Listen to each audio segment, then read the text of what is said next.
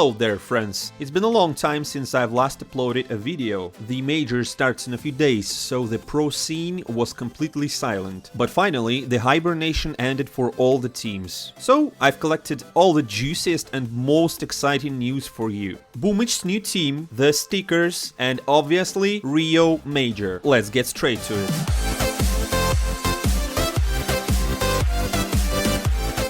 First thing on the menu today is Apex. Recently, the organization withdrew from all the tournaments and simply suspended the project. And now, they've parted ways with Shox. Just like that. Half a year ago, he was playing for Team Liquid. Before, he was a member of Team Vitality, playing in top-tier championships all over the year. And now, he's forced to leave the team. And not the top-level one. What do you think? Maybe it's time for retirement? Or is there a new chapter waiting ahead? Against this background, rumors about the creation of a new French team has begun to spread. Pimp started talking about it and Nell found himself involved. Overall, many people say that it's quite possible that we will see a French last dance before the next major in Paris. Shox, RPK, Canis, NBK, Amanek, Misuta. Actually, there are many options now, but there's a little problem. Not all of these guys are free agents. Someone is playing for Falcons, someone is playing for LDLC, so it will need a great investment to assemble such a squad. But maybe it's worth it. Would you like to see such a French dream team in action? Write down the 5 you would like to see in comments below. Just in case a French investor is watching the channel right now, they can consider such an idea. To add to this, even Dexerto hinted that there's a demand for such a project. A very well-known French organization called Carmine Corp is currently planning to enter CSGO world with a French lineup, so these days everything is really possible. Also, Astralis is planning and preparing something for us. I think it was clear to everyone before, but even the SEO himself does not hide it now. He's teasing us on Twitter, a great week is coming. And with other sources confirming, naturally, during this period, Astralis will definitely announce the return of device. We're waiting. In the meantime, while some Danes are coming back, others, vice versa, are falling lower and lower. Yarby has only recently made a comeback into the big scene and even managed to sensationally win Na'Vi together with Endpoint. However, the fun didn't last too long. The other day, the organization announced that they were saying goodbye to the once glorious Danish player. The thing is, he has some personal problems again, and he can't concentrate on CS and training sessions, so it was decided to go separate ways. Perhaps this is finally the end of his career, a youngest major MVP once. Well, and the culmination of all the rumors is a new post from Overdrive, the main insider of the CIS scene. Говорят, что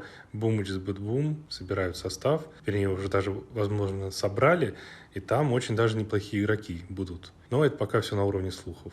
В Форзах большой список игроков, кого они тестят, поэтому не надо считать, что вот каждый новый состав, который на ХЛТВ появляется, это все теперь состав Форс. Это, я думаю, еще месяц, как минимум, они будут смотреть разные комбинации. Ну и, наверное, самый мелкий слух, ну, вернее, не слух, а факт, это то, что Норви тестится в Авроре.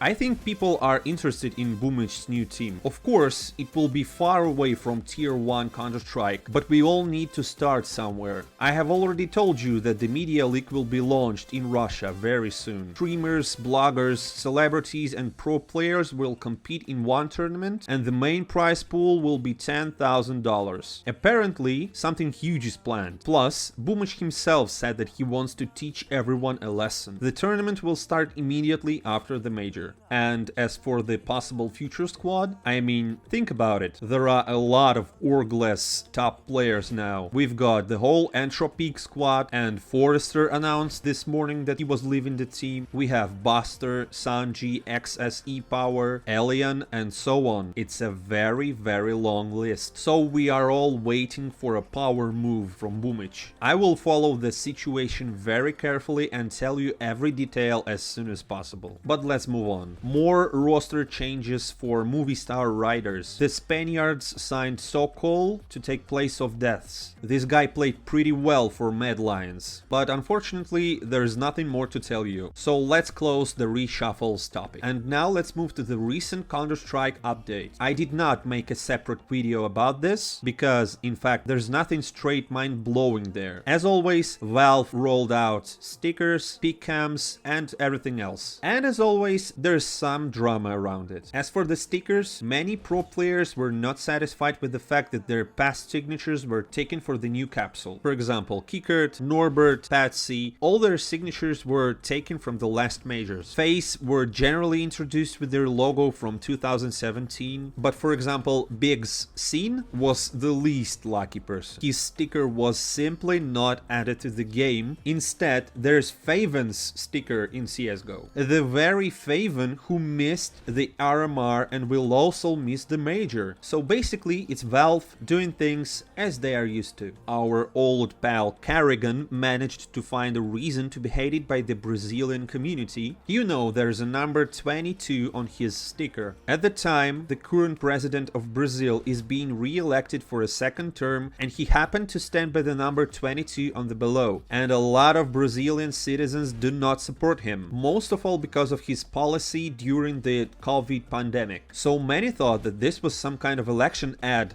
and that Carrigan was supporting the president. That sounds like a strange logic, but Carrigan tried to explain that he put 22 on the sticker because it's his number on the t-shirt, and it's also been the best year of his career and life. He won all the most important things, including his wife. He stated that there are no references to politics here. However, not all the Brazilian fans believed it. By the way, there's a chance, we're saying that it's rather possible, because of all these scandals and all the troubles, and let's be honest, not the most interesting stickers, the capsule sales are pretty low compared to previous major capsules. According to a dude from Reddit, the Chinese region's demand has fallen by almost 50%. Yeah, the situation may be different in other regions, but according to this dude, everything is about the same. Maybe this time Valve will think of something really cool to do before the next major. And finally, let's talk about the tournaments that have already passed. Before the major itself, Blast decided to hold a showdown with only one ticket to fall finals to be played. Tyloo and the Turkish Dream Team dropped off in the first round, which is not really surprising, but the one who really excited everyone was Sengal. They managed to beat Big with a score of 2-1. However, then they stumbled upon Heroic, who became the champions of the Blast Showdown. In the finals, which happened to be also a Danish derby, Kadian's team was stronger. Farlig, in his own manner, played as always, while Mr., on the contrary, pleased the audience. In general, I believe that not a lot of people were interested in this tournament, especially when the major is right around the corner. So for us, it's only left to wait for the main tournament of the year. And I don't say goodbye for a long time.